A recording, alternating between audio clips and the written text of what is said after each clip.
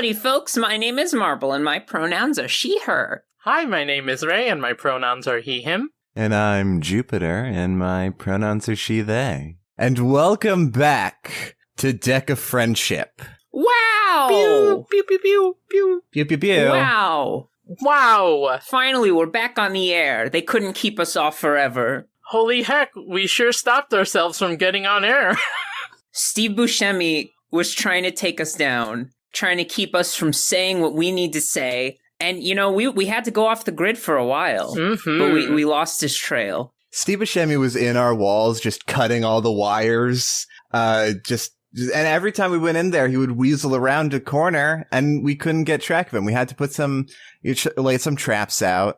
Those still didn't work. He would just hiss at me. Yeah. Luckily, it was a little bit easier to find out where he was here and there because he just vapes constantly. Like, he just never stops vaping. Always vaping, the man. Oh, you know, Steve Constant Vapor Buscemi? You see smoke coming out of the air vents. Hey, Marble, quick question. Is that guy actually played by Steve Buscemi? Yes, absolutely he is. Okay. Yes. I would not have brought up the name Steve Buscemi if that was not the Steve Buscemi. So we're doing something different this episode, Jupiter. What exactly is it? You know, we haven't watched Neo Yokio in a while. No, but it's stayed in my mind firmly. Right. Right. Yeah, and we watched episode, what was it? Like I'm not going to name a number, actually. I have no idea. It was 4, 5, and 6. Yes, 4, 5, and 6. The last half. All right. We watched 4 a long time ago, and we watched 5 and 6 just now. So we're going to, tell everybody what we're doing. Well, we've been away for quite some time. Honestly, we wanted to, come back with a fresh new series, come back and get into it with a new energy. And, but we didn't want to leave Neo Yokio behind, and just we did 3 episodes and then abandon it mysteriously. Yeah. So we thought, hey, let's just do a retrospective of the last 3 episodes and just sort of get everyone caught up and just have a little capstone to our Neo Yokio season before we get on to other things. And you know what hasn't changed? I'm still not allowed to swear on this podcast. No one is allowed to swear. Yeah, we haven't changed that rule, sorry. We put in harder rules in our podcast verse here. Yeah, we're coming back at you. More strict, less fun. No more fun in Deck of Friendship. I added one of the no swears mods. What do you think this is? Deck of Funship? No. Yeah, the patch notes for Deck of Friendship version 3.6 are that we're not allowed to tell any jokes. Okay. We're only allowed to be incredibly to the point. We can only talk about anime objectively. Yeah. Can you stop putting us on blast for 2 seconds? We can't go off on tangents. Oh no. I will stick to these rules if you so wish. You can't reference Goofy. Goofy is not allowed on the podcast anymore. Okay, I can't abide that. No, Goofy is definitely allowed in this house. That is the one rule that I will not accept. Oh no, I didn't realize we were trimming out members already. You know, sometimes when there are problematic people in your life, you need to cut them out, like Goofy. Yeah, but usually we would have some kind of back-end discussion about this. This is the first time I'm hearing about it. If Goofy's leaving, I don't know if I can stay. Well, Donald is staying. Yeah, Donald's staying. Donald's with us. I don't give a beep about Donald. Donald is staying, and he casts spells. Donald casts spells. Donald heals sometimes. Sometimes. You gotta and even stick when around. He doesn't, he still casts spells. Yeah. I would really appreciate it if Donald casted spells better. Or just more. I don't think they have to be better. I think they just have to be more. Can we have an understanding of our friends, personal limits and respect that, please?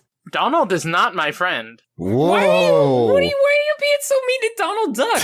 Donald Duck is the best. Sorry, I might just be upset that we're cutting Goofy and no one told me about it. I didn't realize you were such a Daffy stan. I never... Well, Daffy's kind of Daffy also slaps. You don't have to throw one king under the bus to lift up another. I'm just saying. I'm not. Look, Daffy stole $15 from me. Okay, like he's on my list. Honestly, that's just Daffy, though. Like, that's just how Daffy is. Hey, Jupiter, I needed $15. He gave that money to you? I guess. Jupiter, he also gave me your $15, so I'm not exactly sure. We both got $15. It duplicated.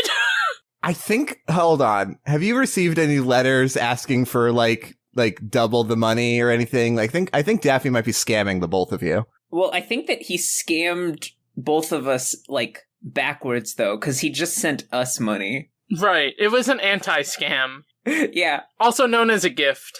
That's it. You have to be one step ahead of Daffy, because you have to know it's a scam, and then he'll just send you money.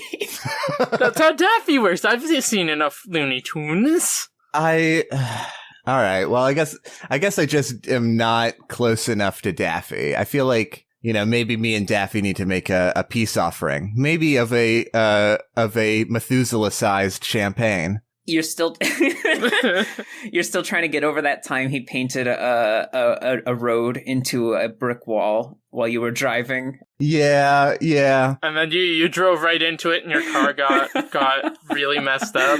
But he walked in fine. Yeah, I was only driving because he was driving, and then he jumped out the window, and I had to take over the car. It's like yeah, and then he got in another car and drove right through that painting, and it was like, what? Come on, Daffy, that's a little lowbrow, don't you think? Also, the car he was driving was like yelling insults at me. Really, yeah.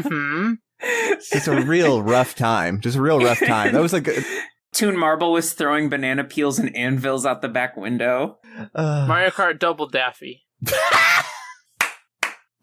Anyway, we've broken almost every single rule we've established. Let's talk about Neo Yokio. I can't believe, we've only been back for 15 minutes, but I can't believe we have to stop the podcast again. Aw, it was our first derail in a while. And it was a new IP. New IP, yeah, exactly. Yeah, we're getting into Looney Tunes now. What's up? Yeah, that's our... Hey, Tunes, it's always been there. It's always been Warner there. Brothers, you're next. I'm looking at you, Crypto the Super Dog. I'm looking at you, what's the... I have to look this up. I'm sorry, to complete this bit, I have to look something up. It's the show that has Candlejack in it. What? What is the name of this show? Candlejack. Freakazoid! I'm looking at you, Freakazoid! I was scared of watching Freakazoid. It seemed too mature for me. Animaniacs. That's it. That's my contribution. Oh, I love the Animaniacs. I only know that those are Warner Brothers because they... Like, literally, I didn't even process until, a few years ago that their last names were all Warner, and that's significant. I just was like, they live behind the Warner Brothers logo in the water tower. That's just where they happen to be. That's just where they've been. Yeah. The Animaniacs. That's just where they're chilling. Well, here's the thing that they don't tell you. The Animaniacs are always behind you. Animaniacs. That means I'm never alone. That's true. You're never alone. I really appreciate that, actually. Yeah. Yeah, it's not sinister. What if we talked about Neo Yokio? What if we did talk about Neo Yokio? What if that happened? That would break our branding. I'm gonna get us back on track a little bit. So we're gonna talk about episode, I already forgot. 4, 5, and then 6. In that order. With the least detail on 6 with the least detail on 4 for a few reasons. 1, because we saw it so long ago, and 2, because it's a great episode. It's kind of uncomfortable. Yeah, it's uncomfortable, and also just like, honestly, not great comedy fodder. Yeah, not good to joke about. Maybe good to talk about politically, because they bring up some good points about gender identity and how people should be better to trans people. But it was an episode that is sort of rife with some maybe upsetting topics. So we're not gonna skip it, but we're gonna just. Yeah, I mean, the one sentence summary of that episode is yikes. The one word summary is yikes. The one sentence summary is Kaz goes to a party with his friends, is misogynistic and transphobic, leaves, yikes. Yeah, it's Yeah, basically that's the it. episode that establishes that like every episode before this one has kind of just like had Kaz be like the like lovably naive capitalist boy, you know, like he has an exorbitant amount of money, and he cares about things that don't matter, and he's vain, and it's funny. But like episode 4 is kind of this episode that establishes like his extremely like narrow-minded misogynistic tendencies. Mhm. And yeah, it very much like it's just like yeah, look, like he's kind of a bad person. Yeah. Oh, right. He went to that party to harass his ex-girlfriend. Yeah, he did. That was the whole reason that they went in the first place. Yeah. Oof. Is because he found out that his ex-girlfriend was going to be there. Yeah, and I mean, we do have to talk about her at least a little bit because she's in episode question 6, 5. I think. I think 6. 6? I don't know. Who cares? She's there at some point. I'm going to be honest. 5 and 6 are kind of one episode. Yeah, they are. They felt really short. Yeah. Well, actually, the second one felt kind of long. The first one felt really short. Yeah, because honestly, not much happened in episode number 5. Yeah. Yeah. Okay, no. so I'm gonna do this right now. I'm gonna summarize episode 4, and then we can move on. Okay. Kaz has to watch his uncle's house. He goes to the place to watch his uncle's house.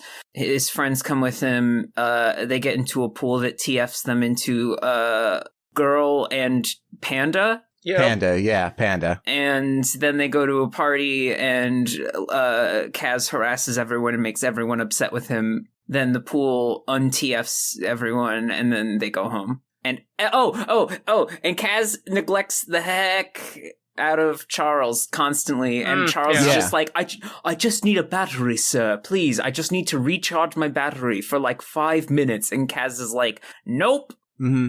Nope. There is the important reveal of that episode is that Charles is not a robot. Charles is a mech. And you would have guessed that by the fact that it's called a mecha butler. But in fact, there is a person piloting the mecha butler at all times. And she basically, when Charles runs out of energy, she basically comes out of the robot to just be like, yeah, Kaz, you kind of suck. You suck, Kaz. Kaz, be nice to people, though. Thanks, Sadie, for just dropping the truth. Please. And then the episode ends kind of like that, you know? It's like everybody's mad at Kaz now because he's kind of a bad person. Well, the episode ends with them coming back into the city and seeing that the bulletin board has been exploded. The bachelor board that ranks the bachelors. Yes. Yes. Yeah, it was bombed. There was a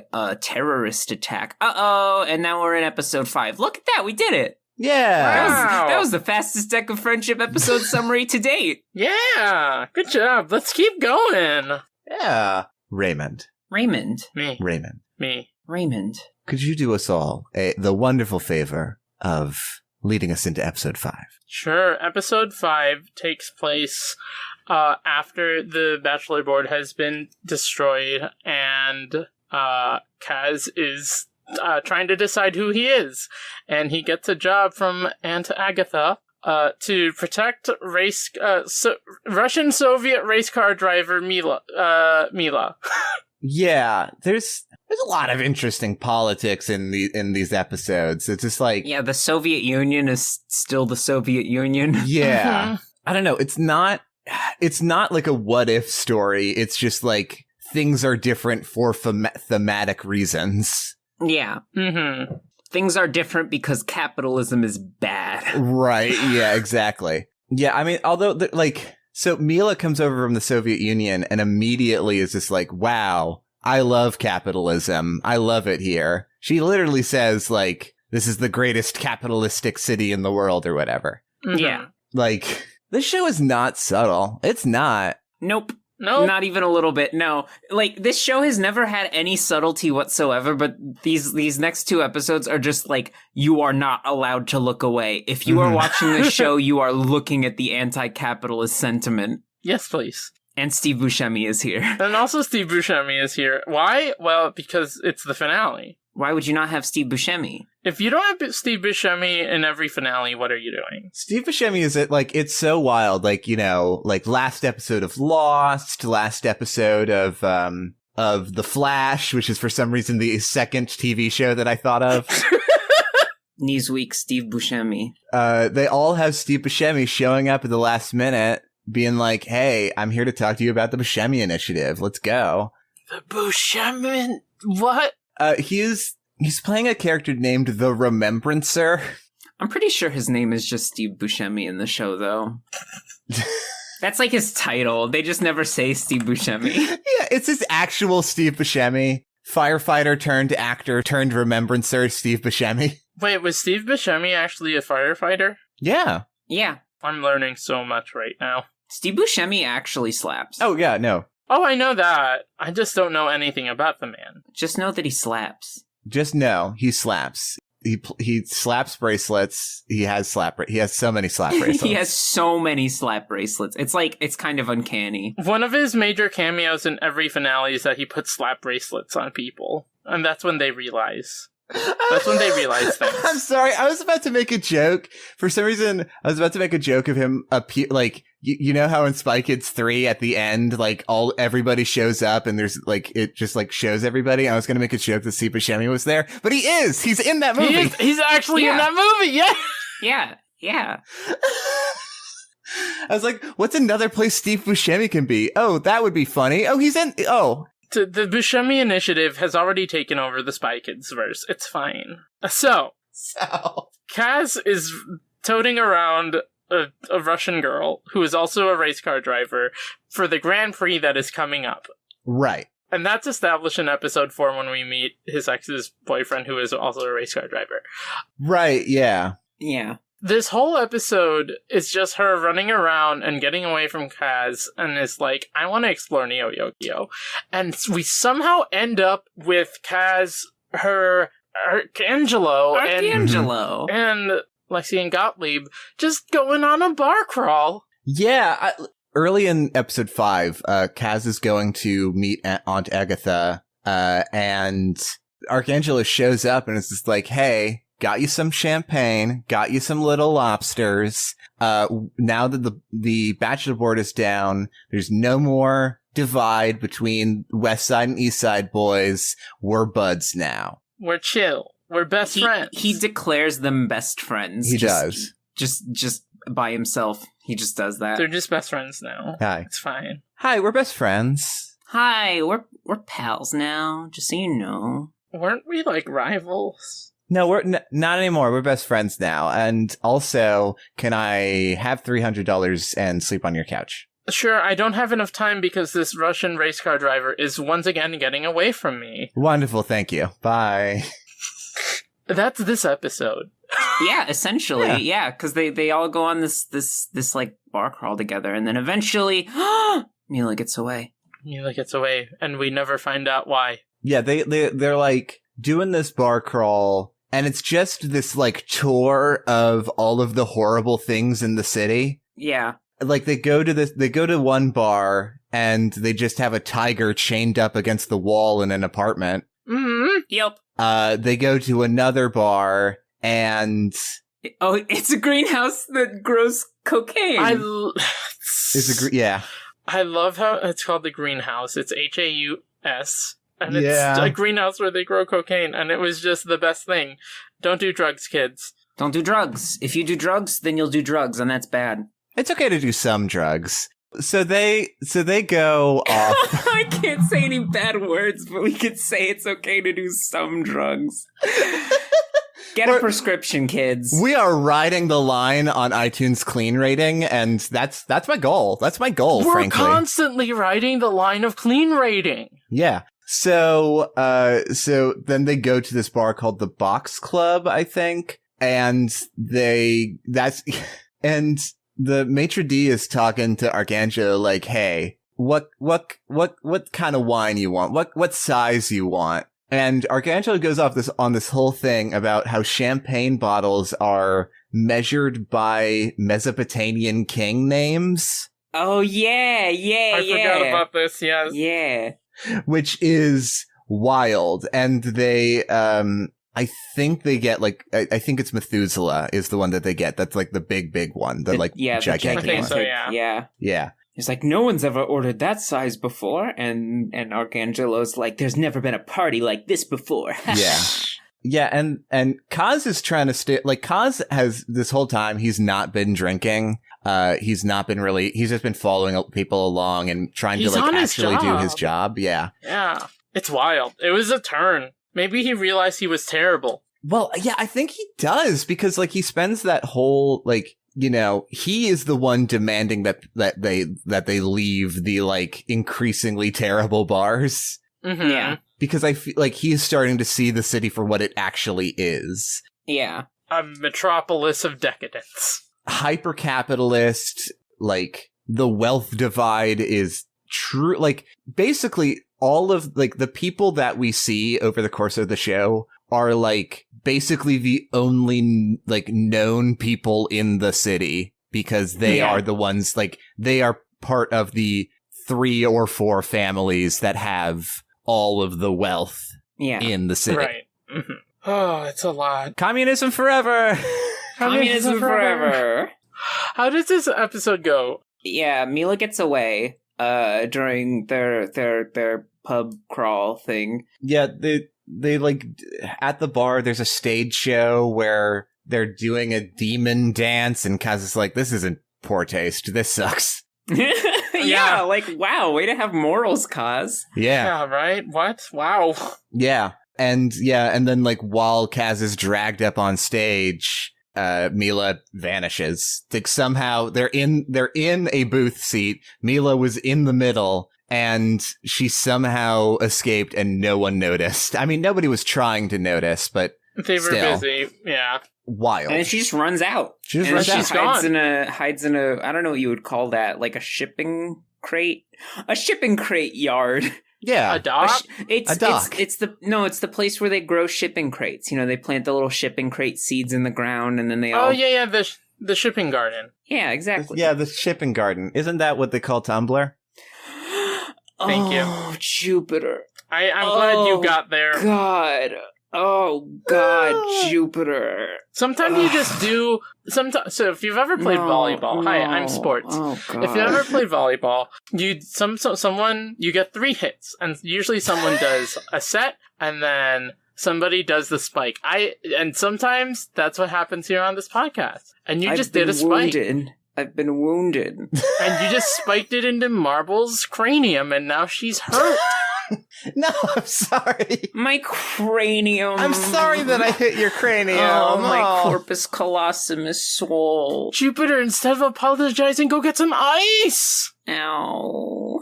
Oh, your frontal lobe. It's gone. There's no more frontal lobe. It fell out. Requiem pace, frontal lobe.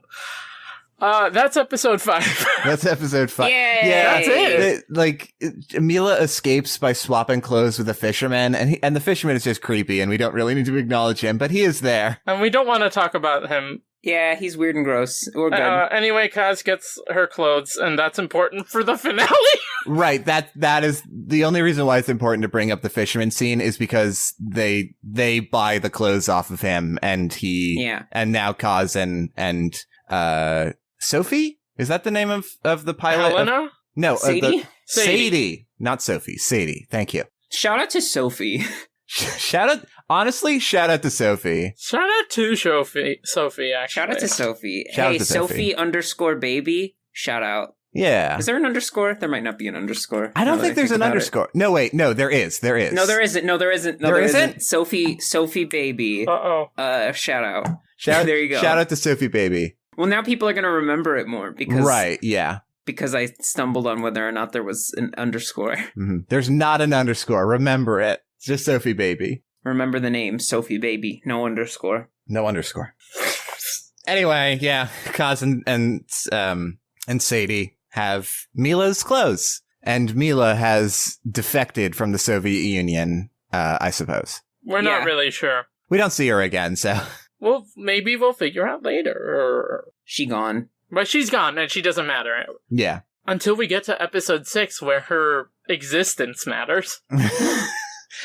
where she sort of, since her character isn't there anymore, she just sort of becomes a tool in the plot's toolbox. Yes. Because the end of actual episode 5 is Helena St. Tessero appearing in Kaz's apartment and saying, "Hey, Kaz." Yeah, we completely forgot, but the Remembrancer is specifically after Helena St. Tessero because he suspects that she is the one who blew up the bachelor board. And then Helena says, "Yes, I did." And then, Helena's just like, yeah, I did. I blew it up. It's a symbol for oppression. And Kaz takes it surprisingly well. Yeah. Really? He didn't want to accept it at first. Yeah, well, but after that. After that. Considering his reactions to other things in the show, I would say that, this is surprisingly well. And he even helps her. The whole point of the finale is Kaz helping Helena escape Neo Yokio to New Jersey, where she can live without the oppression of the Remembrancer chasing her around and trying to kill her. I didn't say anything. Oh. Helena, like, this is just confirming that Helena St. Tessero is the main character of this show. Yeah, absolutely. Full stop. Even though she wasn't in episode 4. In fact, because she wasn't in episode 4. Yeah. If she was in episode 4, she probably wouldn't have asked Kaz for help in episode 5. Yeah, that is very true. Yeah. I mean, she wasn't in episode 4, but she did things in episode 4. Yeah. She blew up the bachelor board. She was doing a lot of stuff in episode 4. Right. But narratively, it's set up that we don't get to see that to surprise us later. Yeah. Okay. So that's Kaz decides to help Helena because he is a better person now. Basically. Yay! He's like, this all sucks, actually. And he's like, I'll help you. And it's nice. It is. That small piece of growth was actually very enjoyable for me. Yeah. It's nice to see Kaz learning anything. Yeah. No longer being an antagonist in his own show. Yeah. Mm-hmm. What happens? What's the journey here to get Helena out? So, well, first of all, we've got the Remembrancer Steve Buscemi just crawling around the place. He literally he does crawl literally everywhere he goes. He's more like a spider than a man. Yeah, absolutely. Sorry. Much like the real Steve Buscemi, he can crawl up walls and on ceilings. Which made him such a great firefighter. And actor. Honestly, yeah, I think it improved his performance at both, like, massively, for sure. Yeah. He goes to Kaz's, like, apartment. He is, like, following him everywhere. Meanwhile, Kaz has to hide the fact that Mila is gone. Mm-hmm. And that Helena is here. And that Helena, is in the vicinity. So in order to do so, Helena puts on Mila's racing outfit, which, by the way, we have not described yet. It is a solid red jumpsuit with like a red helmet with a visor, like race car drivers wear. Mm-hmm. And then a hammer and sickle on the like shoulder, or what would you call it? Like, yeah, the shoulder plate. Yeah. Well, I guess it's like the back, but it's like it's on the front. No, wasn't it on the like? I think it was maybe on both the back and the front. They put little it's where they put little decals on polos. I don't think it was. No, it was on the like shoulder area. It was like right on her shoulder. It? Yeah. Yeah, it was higher up. I'm not going to pretend I know anything. I mean, you know a lot. Marble, you know a lot. Maybe not Thank this thing you. specifically, but you know a lot. Don't sell yourself short, okay? Thank you. That wasn't meant to be self-deprecation. I was just trying to be funny. But thanks for the validation. I like that. Oh, That's you're fun. so welcome. Wow. Thanks. You're welcome. Oh. I do want to go ahead and give shout out to Sadie again. Sadie really is the MVP. Sadie is really good. Yeah. Because like the Remembrancer comes by, Steve Buscemi crawls his way, like banging on Kaz's door, and Kaz is like, "Hey, Sadie, you gotta hide Helena." So Steve Buscemi like busts his way into Kaz's apartment, like on the excuse of like, hey, that's a cool lamp. Anyway, are you hiding a terrorist? Yeah. That's a cool lamp. I live here now. Can I have $300 and stay on your couch? I guess so, Steve. So Sadie, like, hides herself under the bed sheets and hides Helena out the window. And as the Remembrancer is like, well, first off, he comes into the bedroom, takes the sheet off, whoops at Sadie. He's like, hey, why don't do you mind if I smoke out the window? Don't worry, I did bring my vape. Yeah, and like it's like Kaz has no idea, so he's like, yeah, absolutely. But Charles is like, nope, no. Don't vape, don't. Kaz's neighbors are extremely sensitive to smoke, and Steve is like, well, good thing I brought my vape. And that was the funniest thing. He holds it up and like looks over his shoulder with such a smile.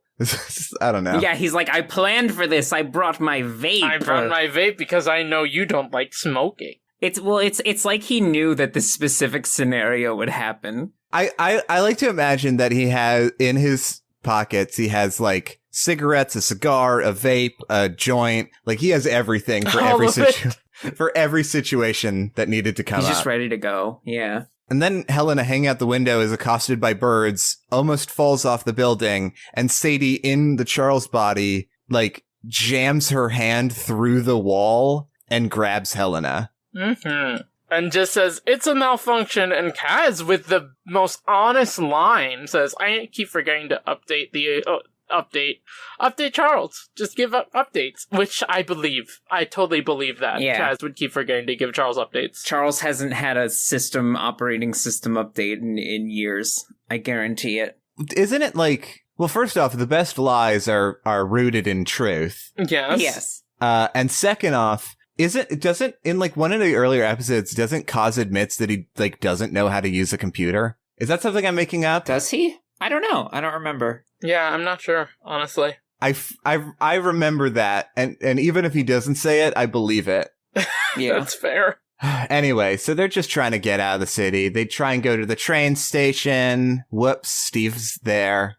Steve, how'd you get here? Spidering his way over some oysters. God, I'm sorry for putting the image of your head of Steve Buscemi crawling around like a spider everywhere, but that's... It's not fine, but I have to accept it. Honestly, here comes one of those most upsetting scenes in this episode for me, is when Steve Buscemi, Remembrancer, grabs Helena as... Kaz has to step away and take a phone call during this oyster dinner. Right. Because Aunt Agatha calls and is asking about Mila. But the Remembrancer grabs Helena's hand and tries to make her take off her helmet to eat an oyster, and that was super uncomfortable for me. Oh, it was super nasty. It was super gross, and I hated it. Oh, we didn't even talk about the press conference. This was before that. Oh, you're right. That good press conference. No, the press conference happens right after it, right? No. The press conference, they go to the press conference right as they walk out of the apartment building, and then after that, they go to the train station. Right.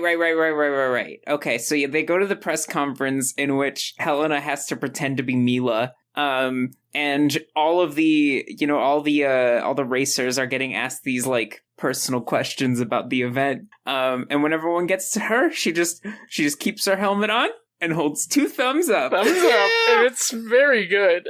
It's very, very good. Like they ask like a very specific question, and Kaz just runs up. Is this like, Mila's not accepting any more questions. Communism forever.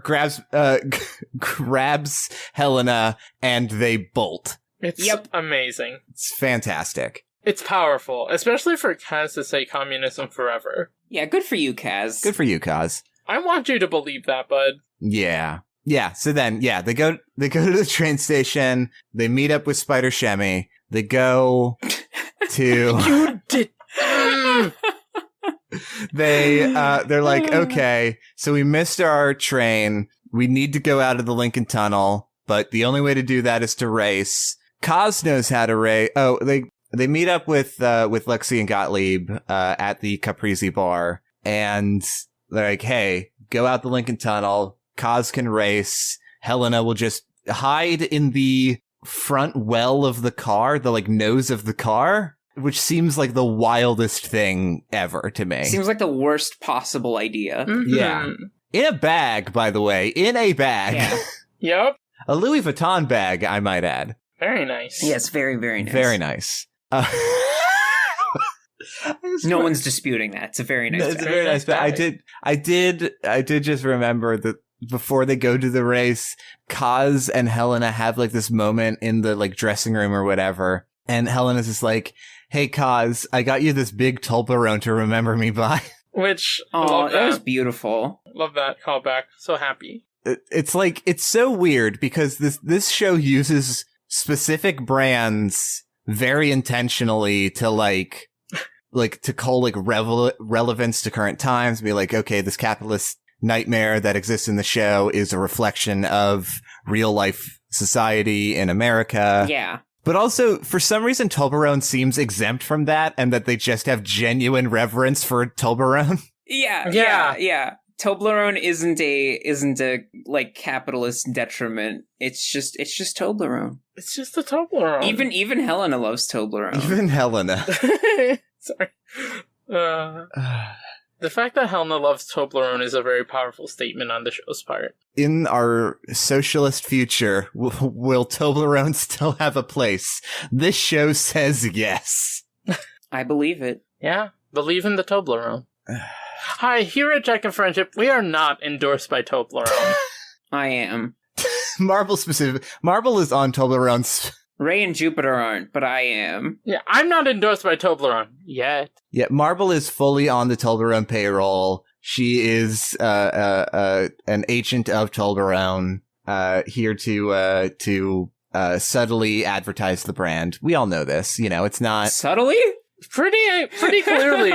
Yo, everybody, get a Toblerone. It's freaking dope. That's how I talk too. That's like how I say everything. I almost said heckin', but I didn't. I would cry if you did. I can't handle that kind of language. Yeah, this is a clean podcast where we talk about Spider Buscemi and that it's okay to do some drugs. Exactly. Mm-hmm. And that's the moral of the story. And that's how Neo Yokio ends. Is it? No. Absolutely They not. do some drugs and then it's over. Helena's just like, hey Kaz, have you tried weed? Roll credits. Kaz, have you tried some drugs? It's just like, it's forever vague. What drugs? No? Which ones, Helena? Which ones? Specifically, which I don't know. ones? Drugs! Caffeine? No. I've definitely had caffeine, Helena. You know I have it every morning with my espresso. No, Kaz, not caffeine. That was a really good Helena, actually. Yeah. Thanks. So, Kaz goes on a race, right? Yes, does the race stuff. Yeah. And we get to a nice little view of Neo Yokio in some places we've been, which was a nice little set dressing. Yeah. Yeah. But this is a death race, so it's high stakes. We also did get a view of the, like, actual, like, lower class in Neo Yokio. Yeah, the Neo Yokio slums, the thing that we all knew existed, but, like, the show, like, deliberately didn't show us until the last episode. Yes! And it's like, yeah, and it's like rough. It's like all these people like hate these like racing events because they're dangerous and like innocent people get killed because these race car drivers just like barrel through their neighborhoods without any regard for human life. Yeah, in these, like, really tight streets, too, where, like, there's nowhere for people to go except to hug the wall and try and not get hit. Yeah, like people's like stalls get knocked over, like where they're selling stuff. Like it's rough. Yeah. At some point, Kaz is racing down and he's at this forked path. And the way to go to be on the racetrack is like there is this old man with a cart just crossing the road. And Kaz sees him and is like, okay, I guess we're going to the other way. And at the other way, there's all these like, you know, poor people with baseball bats like, hey, don't you know we're dying over here? You bougie. I'm trying to. There are so many swear words. Probably said a cuss. They probably said a cuss. Yeah. All of these swear words that I want to say that are appropriate to say about capitalists. Yeah. But not this podcast. Not this one. But like, yeah, they're like literally like it's a like walled off slum where poor people are like shunted to. into these really tight spaces that are just like so packed and so densely populated and compacted. And it's just gross. And it's just like a reflection, like it just showcases like, like this sort of stuff does exist in like every city and is just hidden away from upper class people because, don't want anybody to have any questions about their perfect life. Yeah. Well, if we're talking about the upper class folks, it's more likely that the upper class folks just don't want to think about this stuff, because it was not hard for Helena St. Tessero to radicalize herself when she started thinking about like anybody that is a lower class than her. It's got to be that kind of a case where like I have to assume the people in Neo Yokio know what the slums are, especially if the televised race goes through there. Right. Yeah. They just purposefully do not think about them. Yeah, it's just a quick race through some streets. Or maybe it's one of those situations where, like, well, if they actually worked hard, then maybe they could get out of the slums. Well, right. That is the narrative that rich upper class people, like, say to, like, give them an out from thinking about it. Right. You know, the system's not flawed. It's the people that are flawed. And we're perfect and rich. And would you get me some more champagne? What size? You know what? I think that I'm good with a Solomon. I think I'm good with a Solomon right now. Okay. All right. Coming right up. Thank you. Wait, no, I won't thank you. You're the waitstaff. No! It's just like when I worked at Jimmy John's and everyone was mean to me and never tipped. You want a tip? Get a better job. Okay. I'll become a Twitch streamer for a living. Let's not do this, please. Yeah, it's a terrible bit, and it sucks, and I hate it, but it's real. I know. It's real. It's just we've all heard it in real life. Yeah. Hey, shout out to Jimmy John's for being the worst. Don't shout them out. Take that back. Anti-shout out. It wasn't exactly a true shout out, Ray. I kind of just called them terrible. Don't give them anything. Don't even think about them. Okay. It's just like terrible people on the internet. Don't pay them any mind. If you do, you give them power. Yeah. But maybe you can see, maybe after hearing us be exhausted about real life capitalism, maybe you can see why we thought that it would be good to just do one last retrospective episode for the sake of the fun of the show. Yeah. Yeah. Because this show's all about capitalism. Mm-hmm. I mean, it's about capitalism. Our show's about capitalism anyway.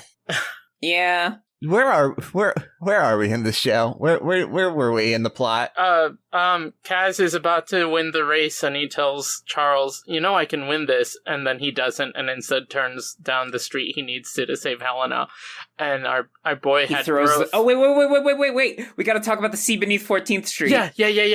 Oh, you're right. That's the neighborhood where Helena lives, and there is a tube that goes under the water above that district that they race through, and Arcangelo crashes into the back of Kaz's car, and Kaz hits his steering wheel and smashes his helmet, and he can't see, so he has to take it off. He probably could have put the visor up and still been disguised, but oops. But you know what? Yeah, right, but nah. So Arcangelo pulls up next to him and is like, Kaz, what are you doing here? And Kaz basically tells Arcangelo, it's very unclear how they're talking to each other, by the way. Yeah, it's comms? Kaz says that he needs to, he can't have any cars hit him at all costs. And Arcangelo's like, I'll help you, but I only do something like this for a homie. And Kaz is like, what? And he goes, say it. Say I'm your homie. And Kaz yells, you're my homie! And Arcangelo slams on the... who hits him? Somebody hits him. His ex-girlfriend's new boyfriend, race car driver, right. four-time world champion. I think his name is Mark.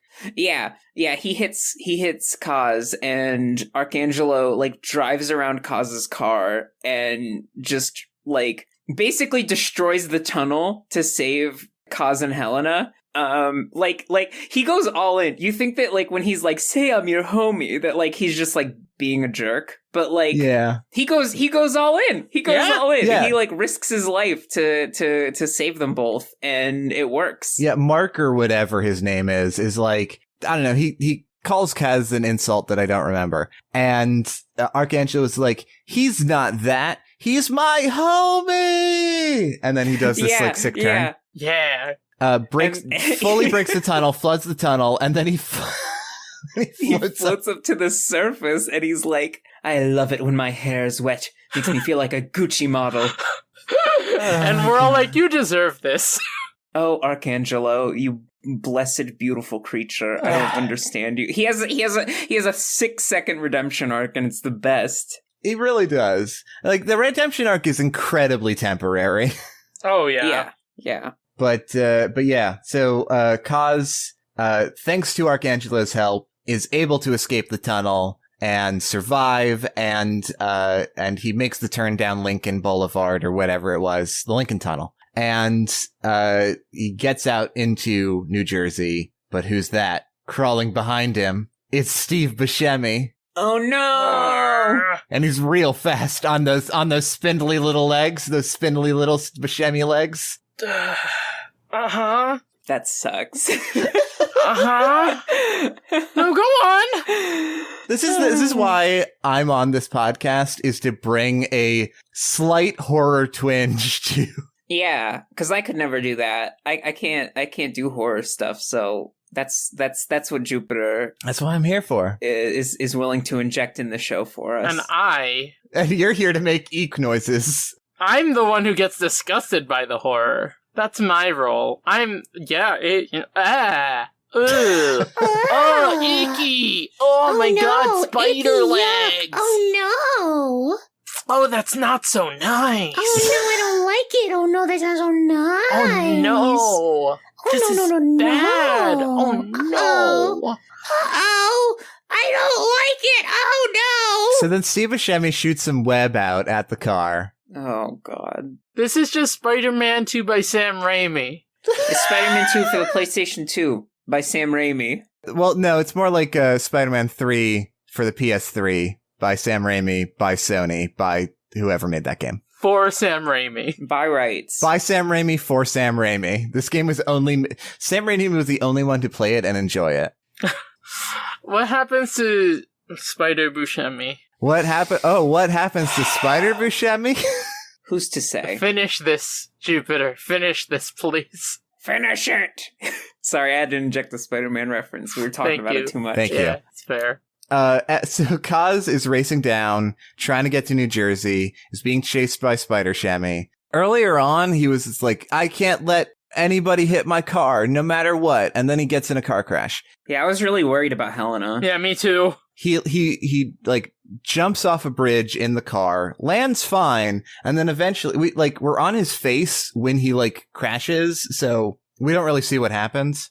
But like he's driving, he, I don't know, makes a mistake, or there's something in the forest path or something. He does a big tumble. Steve Buscemi crawls his way over and is like, all right, bud, I got you now. Let me open up the nose, get this bag out. Ooh, Ralph Lauren? That's pretty cool. Is it made of spider silk? Probably not.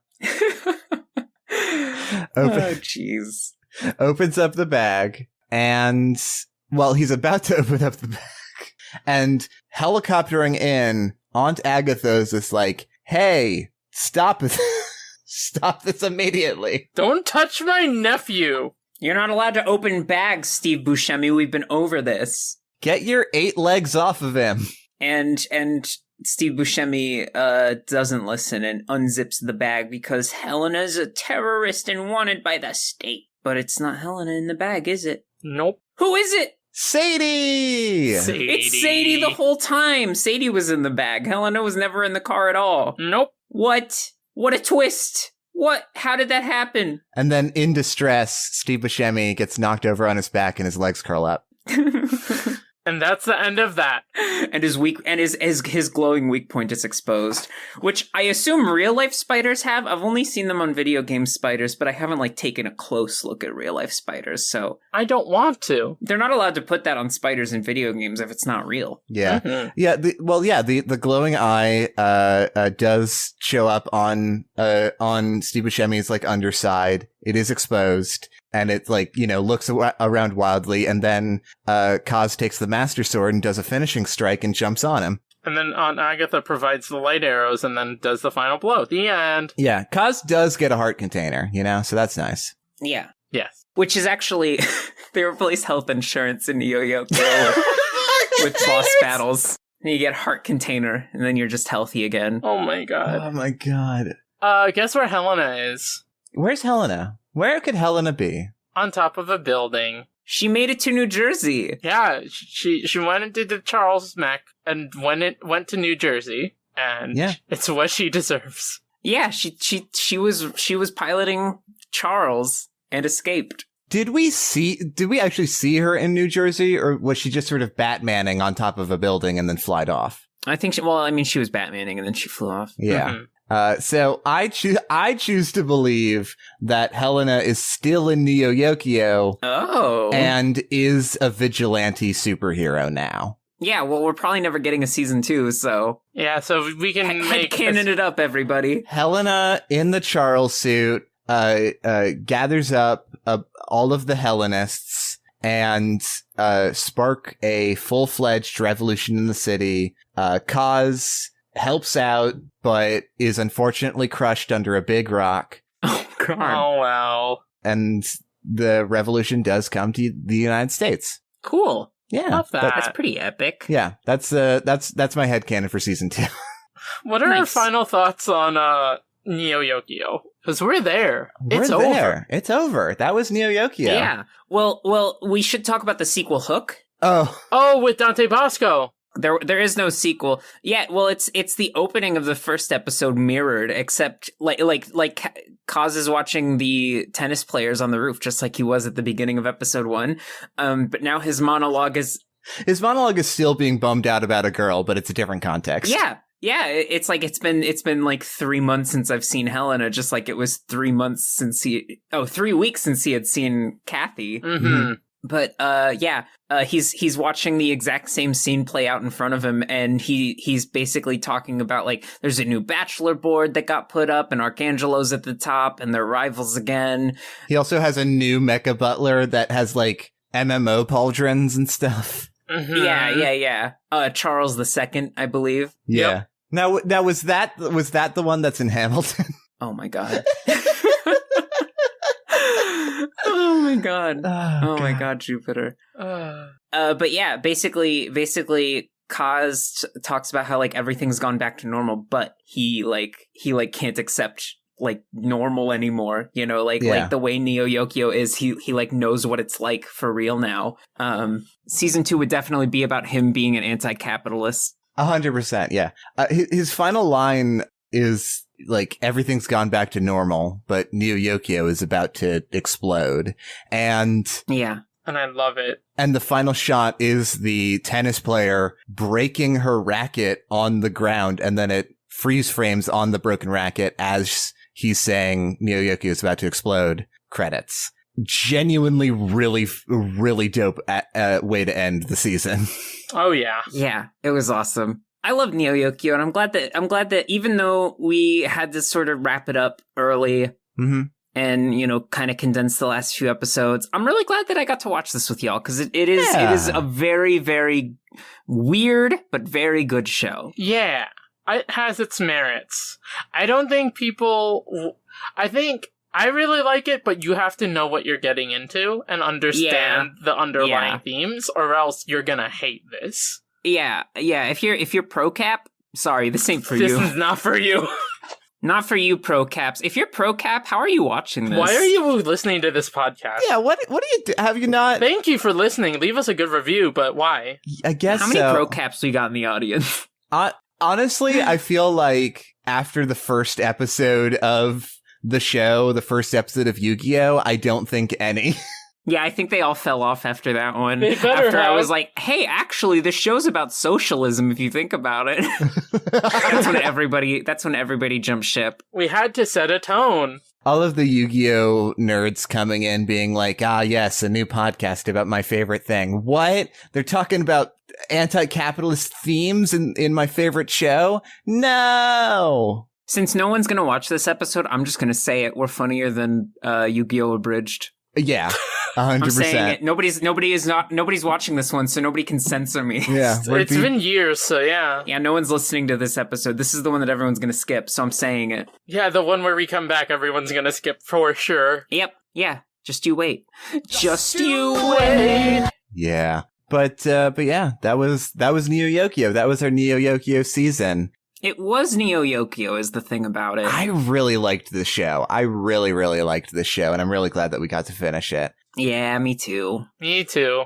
It ended up very strong. It really did. Like, I feel like it does a really good job of, like, writing the line, but letting you know where its true allegiances lie. And then, like, the last 2 episodes are just like, okay, do you get it now? You gotta get it now. Yeah, you get it. You get it. Capitalism is bad. What's great is that the world and society doesn't change in these small 6 episodes, but Kaz's perspective and paradigm shifts extremely. Yeah. And now that would open up so much for a second season, right? Now, there is a movie that I haven't seen yet. Mm-hmm. There is a Christmas special, yeah. That'll be our Christmas episode. Oh, yeah, we can do that for Christmas. That'd be fun. We could, yeah. Yeah, mayhaps. But that's a story for another season. Hey, you know what? We're ending off this episode, ending off this season. We'll be coming back next week with a brand new season. And Ray, I'm very curious. Would you like to give a sneak preview of next season? What do you mean by sneak preview? To announce it Tell us one thing that you're going to say in next season. Yeah, tell us one joke. Tell us Just one one joke. Yeah, give us one sneak peek of a joke that you're going to say. Oh, it's not really a joke. It's more of a warning. Oh. Oh no. For the 2 of you, because I haven't seen this anime in a while, but it's one of my favorite animes. Okay. All right. But I'm sorry if it's problematic. I mean, we just watched Neo Yokio. We're just gonna assume there's problematic stuff, and we're gonna talk through it. And also, we did do fighting food on. So yeah, I was gonna say, like, listen, I'm gonna own up and say that maybe my picks were maybe not the best. There was no way I could have known about fighting foodons. Neo Yokio, I was just trying to think of something short and sweet.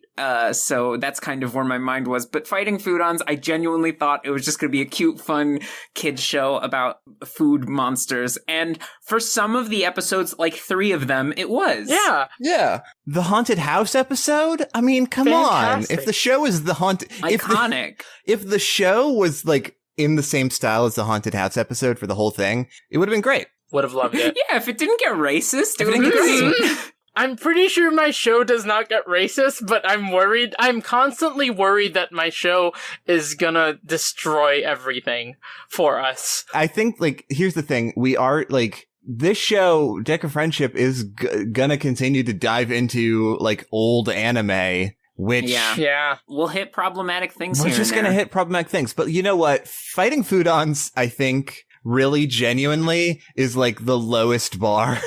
Was a pretty low point for us. Just like that's all American racism. Like, that's what you expect from when you watch, like, an old Looney Tunes cartoon and you're like, oh no. Oh no, yeah.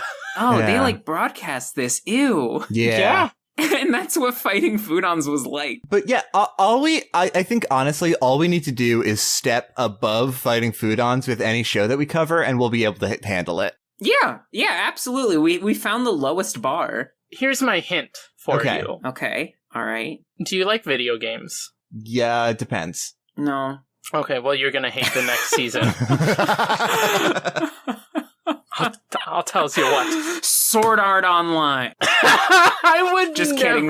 We wouldn't be friends anymore. I mean, we're doing something much better than Sword Art. That's what I'll tell you. I will say, this is something that we talked about, and I'll just go ahead and say it here, because I guess we're having, like, a little press conference at the end of this Tekka friendship episode, I think we owe it to the people who are missing out on, like, a couple months of episode. For sure. So we did discuss it. So Ray's season coming up here, Ray's pick is something that Ray has been like sitting on and wanting to do for a long time. So you all better behave yourselves. Be nice to Ray. Don't tell me that this anime sucks. I will be devastated. Be nice to Ray. Even if it's true. Even if it's true, just tough it out. Listen to us and enjoy something for once in our lives. But also, going on past that, we have made the decision to just like commit, and after from season 4 onwards. After Ray's season, from that point onwards, we're dedicated to just talking about children's anime. Yeah, like, we're talking your Yu-Gi-Oh!, your Card Fight Vanguard, your Beyblades. And yeah. To be fair, following this rule would not have saved us from fighting foodons, but we're hoping that it might in the future. It might save us from a future fighting foodons. Yeah. And obviously, you know, we are prone to pushing the boundaries, so if there's ever something that skirts the line a little bit, we'll talk about it and figure it out. But, you know, for the most part, children's anime, which you think would be easy to spot on the surface, but sometimes they are. I'm just going to say this about fighting foodons. I wish that Tatertons, my favorite foodon, was in a different anime. I wish a lot of those characters were in a different anime. Yeah, I wish Bee and the Stuart talking dog were in a different anime. Oh, woof, am I right? Woof, am I right? It's still the best bit. It's still the best bit we've ever had. I don't care. It's the funniest thing in the universe. Hey, we're gonna peek past that. Yeah, watch out. Absolutely. Watch out. Yeah, absolutely. Yeah. I actually saved a few nanites from that bit. Yes. Good. We want to use them for something. Well, you know what? Oh, hey, Marble. What? If you played video games on the internet, would that be something that you did? I'm remembering this, that we do this. Oh my god. If I played video games on the internet, which I don't, and I never would ever in my life, but if I did, I would do it at http://twitch.tv/marblecantus. Hey y'all, I want to play a thought. The silence! Oh god, yes. Can we play a thought experiment real quick, you two? Pretend that I played video games, right? Now, if I played video games, you should definitely... Stop. I have to imagine you playing a video game. It's really tough. I have to picture it in my mind's eye. Are you okay? I imagined it too hard. Okay, come back, it's okay. Just think about me and a video game sitting next to each other. Okay. Jupiter? Oh no. Oh, that's a lot of blood. Sorry, say that one more time. Think about me and a video game being in the same room. So you were saying, right? If I played a video game, you should definitely go check out twitch.tv/Eleray13. That's ELERAY 13. You know, if I played video games. If. This is not an admission of guilt. I'm so glad you don't, though, because, gosh, all this blood. Hey. Hi. Hello. You know, I'm willing to admit it. I'm willing to admit it within myself. And I guess I'm, you know, publicly coming out with this, but I feel like it's important to just be honest and, you know, have an open line of communication and make sure that, you know. Yeah, that's so important. That you are, you know, establishing boundaries and understanding what everybody has going on in their life so that you can, you know, be a better person, be a better friend. I'm losing my mind already, so you better tell me where this bit's going. And I just had to be open and honest with you that I do play video games on the internet. You know, I was waiting for you to tell me, and I'm so proud of you. I thought I'd be able to handle it, but I can. Hey, I play video games on the internet at twitch.tv/HellPrincessJupiter. Wow. Oh. You might have heard in previous episodes of this show a different URL, but that URL is bogus now. And in fact, I stream at twitch.tv/HellPrincessJupiter. Where I play through games long form with my friends. And I have a lot of series. And I also have an archive channel where I archive every single series stream that I do. So you can go check that out. It's at Hell Princess Jupiter 2 on YouTube. Heck yeah. Wow. Wowie That's zowie. amazing. Wow, golly. Wow. Jupiter, take us home. I'm cold. Country road. I'll take you down the only road that I've ever known. The outro of a podcast. Thank you so much for listening to the return of Deck of Friendship. And we will see you. Good job. Good job. Honestly, good job on getting through this. I mean, You got there. It wasn't our most challenging episode, but I'm proud of you regardless. What was our most challenging episode, Jupiter? I would say the one in Fighting Foodons where we got so exhausted with the show and I just played Sans Undertale's music, Megalovania, that's the name. I just played Megalovania over my phone into the microphone repeatedly whenever a bit went too far. Yeah, that was our lowest point. That was our lowest point as a series. The song that might play when you show Sans a racist bit from Fighting Foodons. Well, whenever Sans sees racism, his blue eye activates and he shoots a million lasers at them. So, Exactly. You know what? Thank you so much for listening to Deck of Friendship. And as we say every single week, Communism forever!